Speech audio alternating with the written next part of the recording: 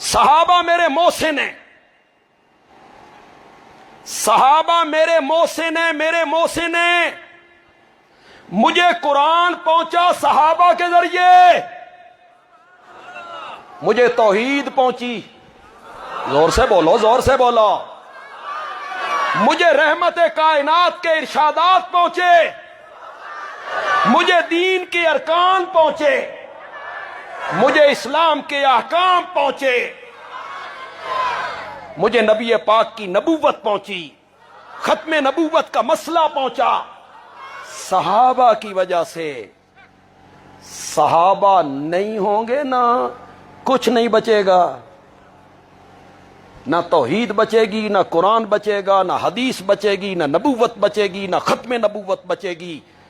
ان سب کو بچانا ہے تو صحابہ کی صداقتوں کے گردا گرد پہرے دار بننا پڑے، پہرا دینا پڑے گا، پہرا۔ یہ سارے سچے ہیں، ان میں کوئی جھوٹا نہیں، یہ دین کے عینی گواہ ہیں، یہ قرآن کے اترنے کے موقع کے گواہ ہیں، اور موقع کے گواہ پر جرح ہو جائے تو کیس خارج ہو جاتا ہے۔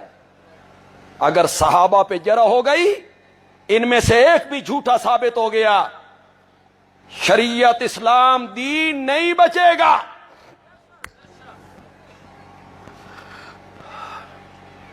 ہمارے پنجاب کے علاقے میں امیر صاحب تشریف لاتے ہیں، مہربانی کرتے ہیں، شفقت کرتے ہیں،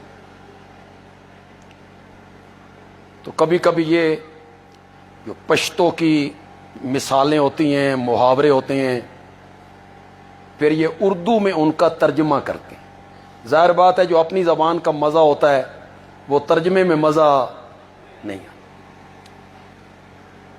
ایک کہاوت میں بھی آپ کو سنا دیتا، لیکن یہ جو میں نے بات کی ہے نا کہ صحابہ نہیں بچیں گے تو کچھ بھی، اس کو ذرا ذہن میں رکھ کے کہاوت سننی۔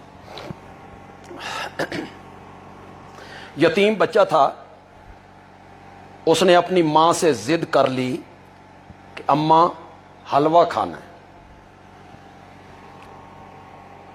حلوہ تے سمجھ دو کہ کوئی نہیں